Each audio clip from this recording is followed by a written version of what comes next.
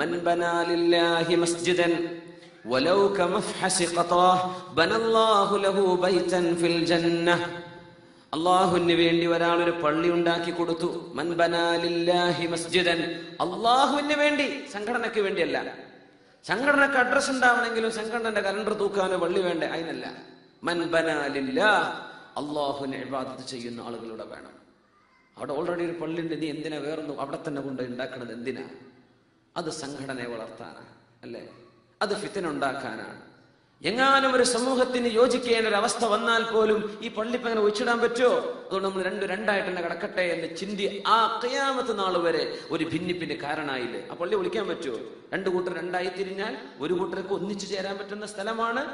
അവിടെ നമ്മൾ ഭിന്നിപ്പുണ്ടാക്കി, അതിനൊന്നും കൂലിട്ടൂല. മൻ ബന, അതെന്ന ലില്ലാ. മൻ ബന മസ്ജിദ് എന്നല്ല, മൻ ബന ലില്ലാഹി മസ്ജിദ, അള്ളാന്റെ കൂലിക്ക് വേണ്ടി ഉണ്ടാക്കി കൊടുത്ത പള്ളിയാണ്. അതിന് കൂലിയിട്ടു. അതിന് 100 മിനാരങ്ങളുടെ ആവശ്യമില്ല. ഒരു മാടപ്രാവിന് ഇരിക്കാവുന്ന സ്ഥലേ ഉള്ളൂ, അത്രയും ചെറുത്. എന്താ പറഞ്ഞ ഈ സ്റ്റേജിലേക്ക് ഞാൻ നിൽക്കുന്ന ഇത് നമ്മുടെ ഈ സ്പീക്കിംഗ് സ്റ്റാൻഡും ഒരാൾക്ക് നിൽക്കാനും ഒരാൾക്ക് നിസ്കരിക്കാനും അവിടെ പറ്റും. എന്നാലും മാടപ്രാവിന്റെ കൂടിനേക്കാളൊക്കെ അത് വലുതാണ്, അല്ലേ? അത്രേ ഒരാൾക്ക് കഴിയുള്ളൂ. ആകെ 600-700 രൂപയ്ക്ക് ജോലി ചെയ്യുന്ന ആളാ, അയാളെ കൊണ്ട് വലിയ പള്ളി ഉണ്ടാക്കാൻ പറ്റൂലല്ലോ.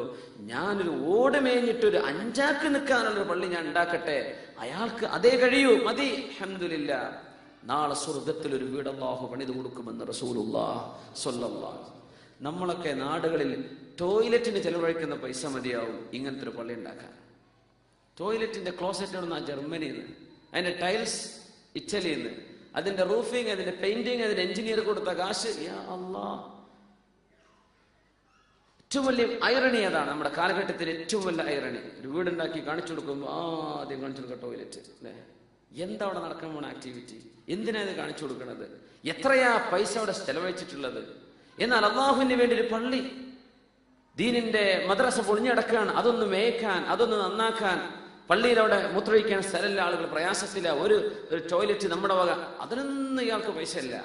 സ്വന്തം പുരയിൽ ആർഭാടങ്ങൾ കുത്തി നിറച്ചതിന്റെ ശേഷം അള്ളാഹുവിന് വേണ്ടി ഒരു പള്ളി ഉണ്ടാക്കാൻ, അള്ളാഹുവിന് വേണ്ടി ഒരു മസ്ജിദ് ഞാൻ ഉണ്ടാക്കാൻ ചിന്തിക്കുന്നില്ലല്ലോ. ഇതാണ് വിഷയം. എത്രയാ ഹദീസ് പറയുന്നത്? മഫ്ഹസ് ഖത്താ എന്നൊക്കെ പറഞ്ഞ മാടപ്രാവിനിരിക്കുന്ന കൂട് പോലെ അത്രയ്ക്കേ നിങ്ങൾ കഴിഞ്ഞിട്ടുള്ളൂ. മതി, അത്രവെങ്കിലും നിങ്ങൾ ഉണ്ടാക്കിയാൽ ബനല്ലാഹു ലഹു ബൈതൻ ഫിൽ ജന്നഹ്, സ്വർഗ്ഗത്തിൽ അല്ലാഹു ഒരു വീട് പണിത് കൊടുക്കും. നമ്മളൊക്കെ നിയ്യത്ത് ചെയ്യാം. ഞാൻ ക്ലാസ്സിൽ പറയാറുണ്ട്, ഇവിടെ ഇരിക്കുന്നവർ ഞങ്ങൾ കേട്ടിട്ടില്ലെങ്കിൽ ഞാൻ ഒന്നുകൂടെ റിമൈൻഡ് ചെയ്യാം. ജീവിതത്തിൽ ഒരു നിയ്യത്ത് വെച്ചേക്കാം. അള്ളാഹു കഴിവ് തന്നാൽ, പൈസ ഉണ്ടായാൽ, ഇല്ലെങ്കിൽ ഇപ്പം എന്ത് ചെയ്യാൻ പറ്റും?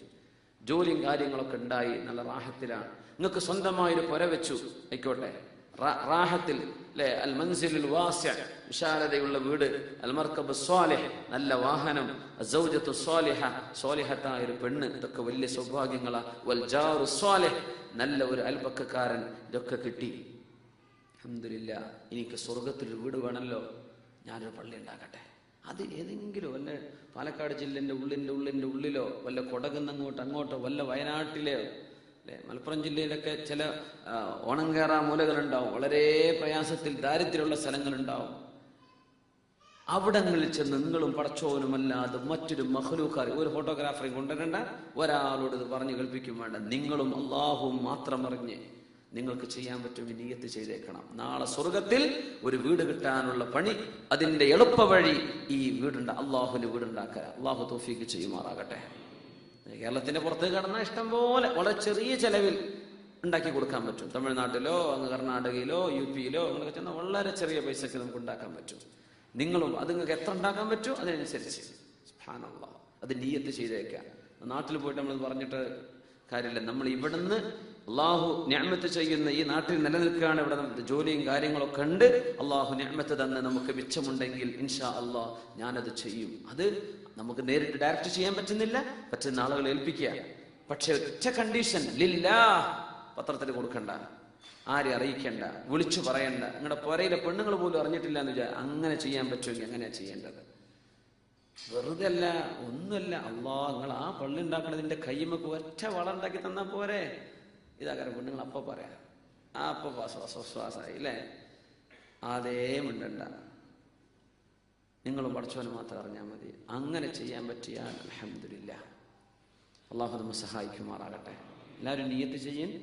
അള്ളാഹു തൗഫീക്ക് തന്നാൽ, അത്രയല്ലേ നമ്മൾ നോക്കണുള്ളൂ, അള്ളാഹു തൗഫീക്ക് തന്നാൽ ഞാനിത് ചെയ്യും. അങ്ങനെ നമ്മളാണ് മരിച്ചാൽ, പഠിച്ചവനെയൊക്കെ ചെയ്യാൻ പറ്റിയില്ലല്ലോ, സങ്കടം വേണ്ട. ഞാനൊരു നിയ്യത്ത് ചെയ്തിരുന്നു, ഇന്നാലിന്ന സമയത്ത് ഇന്നാലിന്ന സ്ഥലത്ത് അള്ളാഹ് നീ എനിക്ക് കഴിവ് തന്നാൽ എവിടെയെങ്കിലും ഒരു സ്ഥലത്ത് നിനക്ക് വേണ്ടി സുജൂദ് വെക്കാൻ, തലചായ്ക്കാൻ, നിനക്ക് വേണ്ടി സുജൂദ് ചെയ്യുന്ന ഒരു സ്ഥലം, ഒരു മസ്ജിദ് ഞാൻ ഉണ്ടാക്കി കൊടുക്കും.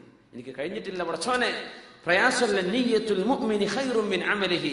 മുഅ്മിനായ മനുഷ്യന്റെ നിയ്യത്ത് അവന്റെ അമലിനേക്കാളും ഖൈറാണ്. ഒരുപക്ഷെ നമ്മൾ ആ നിയ്യത്ത് മതിയാവും രക്ഷപ്പെടാൻ.